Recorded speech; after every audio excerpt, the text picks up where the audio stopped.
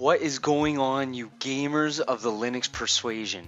This is the new and never will be improved Sandy Martin, aka Altimore from RootGamer.com. If you remember, I last wrote an article a little while ago about this game here that you see, Crystal Picnic. Well, Trent from NooSkewl contacted me after I wrote the article and was extremely nice enough to give me a free copy of the game to show off to you guys.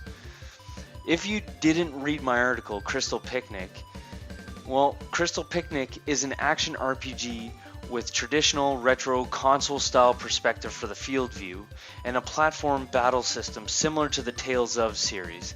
The game will feature lots of quests and loot. Crystal Picnic's theme is colorful, humorous, and family-friendly, as you can see. One of the cool things about this game that has my attention right away is how they animate the sprites during the sequences, which you don't really see in a lot of RPGs now that try to simulate the classic JRPGs. Like, you look at a lot of the RPG Maker style games and they don't really do anything, they just take the sprites and it's very robotic. Whereas this game actually animates the sprites and it really brings back that classic 16-bit RPG of the SNES era, which again really conveys the emotion in the game. In the story so far in this alpha, you play as Egbert, a duck, and you play Frogbert, well, you guessed it, a frog. And some dick ants have stolen something from the Crystal Castle and you must find out what it was that they stole and get it back. For the controls, I am rocking my usual Logitech F710 wireless controller. I have set it to the Xbox settings and the controls are similar to the Windows version. How do I know? We were emailing each other back and forth, we talked about it, and he actually told me that all the controls that I was saying to him were the exact same as the Windows one. So I was also apparently the control function tester for Linux, which is sweet. Anyways, the key mapping worked out right out of the box, as always with this controller. So if you're using the Xbox controller or the F710, which I have, the keys are as follows. The left analog stick moves the player and moves the cursor within the menus. A, B, X, and Y are your action buttons as followed. A is your attack in battle. X is your use/activate and use items within battle. Y is the jump outside of battle, but also allows you to jump within battle. Your right bumper is your switch key. Switches to different players within battle, so that means you can control a different character within battle by hitting the right bumper. And later on, in future versions, the right bumper will allow you to switch between characters in the field. Start enters the pause menu from the field and also pauses the battle within the game. Since the alpha has no in-game settings, to adjust any resolution or anything else like that, you have to go to the config file and alter it from there. The way you can find the config file is through your classic home folder, hit the old Control H and click into your .config folder, find the NooSkewl folder, then find your Crystal Picnic folder. In there you should see the config file. You'll be able to adjust things like frames per second, the resolution, what have you, is all in that config file. Now here at this juncture, I'm going to get into the fun points about the game and then the issues I found throughout this game.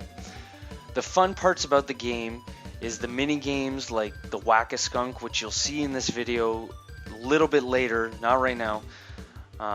That game is a lot of fun. I found myself coming back to that.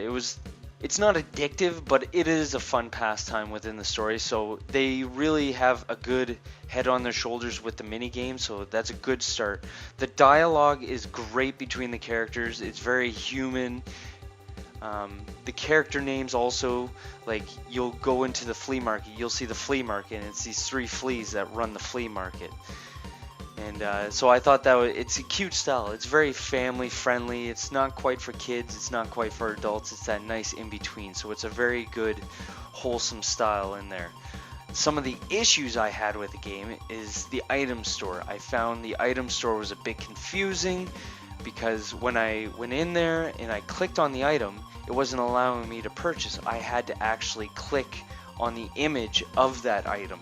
So once you highlight the item, you go over to the image, then you can select it. I found that a bit confusing. I like to see that changed. But overall, it's not a massive big deal. Like, I did figure it out. One issue that I had with the game is when I went back to go back to the map to head back towards the castle to see if I could explore, the game actually crashed. So that's obviously something that I sent up. I know it'll be fixed eventually for the next update. Right now, is this game worth it? Right now, as an alpha demo, it's a great proof of concept. I'm going to play this quite a bit more. I really enjoy it thus far.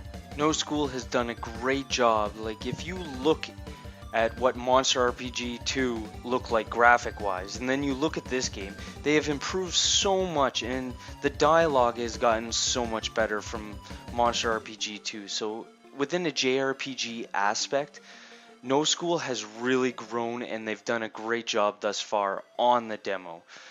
As far as paying $10 for an alpha, I'm still iffy on that part. I don't like it. I would wait for the beta to begin, where at least 75% of the game is done, and you're literally just pre-ordering the game. I could see $10 would make perfect sense on release date. I would pay $10, not a problem. As of right now, I probably wouldn't pay $10, but I would definitely be tracking this game. This game is definitely worth watching. It's worth keeping an eye out for. They've done a great job. The music's great, even though I don't have it on here, which I'm sorry about. But I'll make sure I have that sorted out. This is my first time with a simple screen recorder, and it's working great. I love it. They did a great job. Definitely check out rootgamer.com. We will have more up-to-date information on this game as it comes out. We'll be talking with the developers, making sure the game runs perfectly on Linux. If you guys are adventurous, definitely get into the alpha. If you're really into the JRPGs, I think you might enjoy it. This is definitely a game that the kids would enjoy. Again, we will keep our eyes on this game. We will keep you up to date on it. And always remember to game on.